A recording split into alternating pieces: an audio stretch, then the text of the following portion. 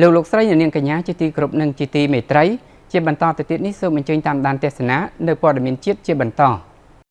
ដំណើរទស្សនកិច្ចសិក្សារយៈពេល15ថ្ងៃដែលដឹកនាំដោយអង្គការបណ្ឌិតសេងវណ្ណរិទ្ធគឺធ្វើឡើងក្នុងគោលបំណងរឹតបន្តឹងនៅការសហការជាមួយដៃគូអន្តរជាតិក៏ដូចជាបង្កើតនៅដៃគូសហការថ្មីក្នុងការស្រាវជ្រាវផ្នែកអប់រំរយៈពេល15ថ្ងៃនៃទស្សនកិច្ចសិក្សាគឺចាប់ពីថ្ងៃទី12ដល់ថ្ងៃទី26ខែមេសាឆ្នាំ2025គណៈគ្រប់គ្រងនិងបំពេញភារកិច្ចក៏ដូចជាធ្វើការផ្លាស់ប្ដូរបទពិសោធន៍ជាមួយនឹងសាកលវិទ្យាល័យនិងវិទ្យាស្ថានល្បីៗនៅសហរដ្ឋអាមេរិករួមមានសាកលវិទ្យាល័យ San Francisco សាកលវិទ្យាល័យ Seattle និងវិទ្យាស្ថាន Bellevue ការបំពេញទស្សនកិច្ចសិក្សានេះទៀតសោតគឺធ្វើឡើងក្នុងគោលបំណងផ្លាស់ប្ដូរការងារបច្ចេកទេសផ្នែកសិក្សាធិការឆ្វេងយល់ពីរបត់ថ្មីជាសកលនិងបង្កើននូវចំណងមិត្តភាពដែលនឹងនាំមកនូវគុណសម្បត្តិរួមទាំងវឌ្ឍនភាពចំពោះសហគមន៍សិក្សានៅក្នុងព្រះរាជាណាចក្រកម្ពុជាដំណើរទស្សនកិច្ចសិក្សានេះជាទស្សនកិច្ចដែលច្របាច់បញ្ចូលគ្នាទាំងផ្នែកអប់រំនិងសកម្មភាពផ្នែកវប្បធម៌អំឡុងពេលស្ថិតនៅរដ្ឋ San Francisco គណៈគ្រប់គ្រងនិងសិស្សានុសិស្សនៃសាលាអន្តរជាតិចុងអ៊ីងមិនត្រឹមតែធ្វើទស្សនកិច្ចសិក្សានាសាកលវិទ្យាល័យ San Francisco ប៉ុណ្ណោះទេ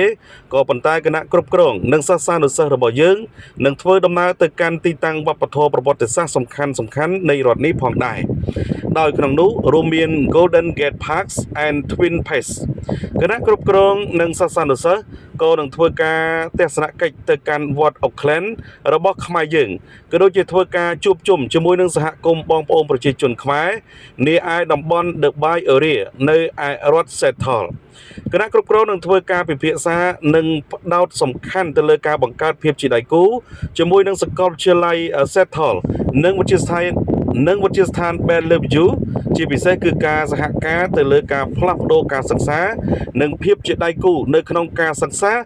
ស្រាវជ្រាវមុនដំណើរទស្សនកិច្ចសិក្សារយៈពេល15ថ្ងៃទៅកាន់សហរដ្ឋអាមេរិកលោកអង្គការបណ្ឌិតសេងវណ្ណរិទ្ធបានលើកឡើងបញ្ជាក់ថាឈ្មោះសេងវណ្ណរិទ្ធគឺជាអគ្គនាយកនៃសាលាអន្តរជាតិចុងអ៊ីងសាលាអន្តរជាតិចុងអ៊ីងគឺត្រូវបានបង្កើតឡើងនៅក្នុងទស្សនវិស័យក្នុងការកសាងធនធានមនុស្សពីមួយជំនាន់ទៅមួយជំនាន់ហ្នឹងឲ្យคล้ายទៅជាប្រជាពលរដ្ឋសកលដែលមានការទទួលខុសត្រូវคล้ายទៅជាអ្នកដឹកនាំដែលមានសិលធម៌និងคล้ายទៅជាសហគ្រិន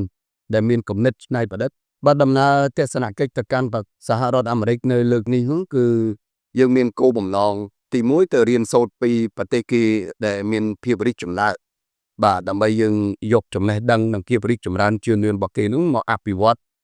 នៅសាលាយើងក៏ដូចជាប្រទេសកម្ពុជាយើងទី2យើង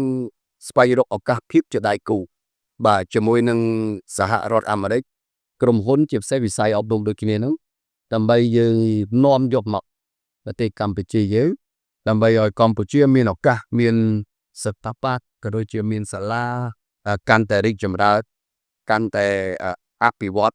ដើម្បីយកមកអភិវឌ្ឍប្រទេសយើងផងដែរនៅក្នុងដំណើរនេះយើងទៅច្រើនកន្លែងដូចជាសាកលវិទ្យាល័យ San Francisco សាកលវិទ្យាល័យ Seattle និងសាកលវិទ្យាល័យល្បីៗជាច្រើនទៀតហើយក៏យើងនឹងទៅកន្លែងផ្សេងទៀតបាទដើម្បីឲ្យកូនសិស្សយើងបានសិក្សាអំពីវប្បធម៌អំពីទំនៀមទម្លាប់អំពីរបៀបទំនាក់ទំនងអំពីការរស់នៅរបស់ប្រជាពលរដ្ឋអាមេរិកដើម្បីឲ្យកូនសិស្សយើងបានរៀនសូត្របាទហើយពំនាំអិរិយាបថនិងវប្បធម៌ដែលល្អបាទចូលមកស្រុកខ្មែរយើងដើម្បីអភិវឌ្ឍសង្គមជីវភាពផងដែរសូមជម្រាបថាសមិទ្ធផលសំខាន់ដែលនឹងប្រសូតចេញឡើងពីដំណើរទស្សនកិច្ចមួយនេះគឺការចុះអនុស្សរណៈយោគយល់គ្នា MOU រវាងសាកលវិទ្យាល័យ Seattle និងវិទ្យាស្ថាន Bellevue ដែលនឹងនាំមកឲ្យសិស្សានុសិស្សនៃសាលាអន្តរជាតិចុងអ៊ីងនៅឱកាសសិក្សាដ៏មហោស្ចារ្យសម្រាប់ការសិក្សានៅសហរដ្ឋអាមេរិកនិងទូទាំងសកលលោក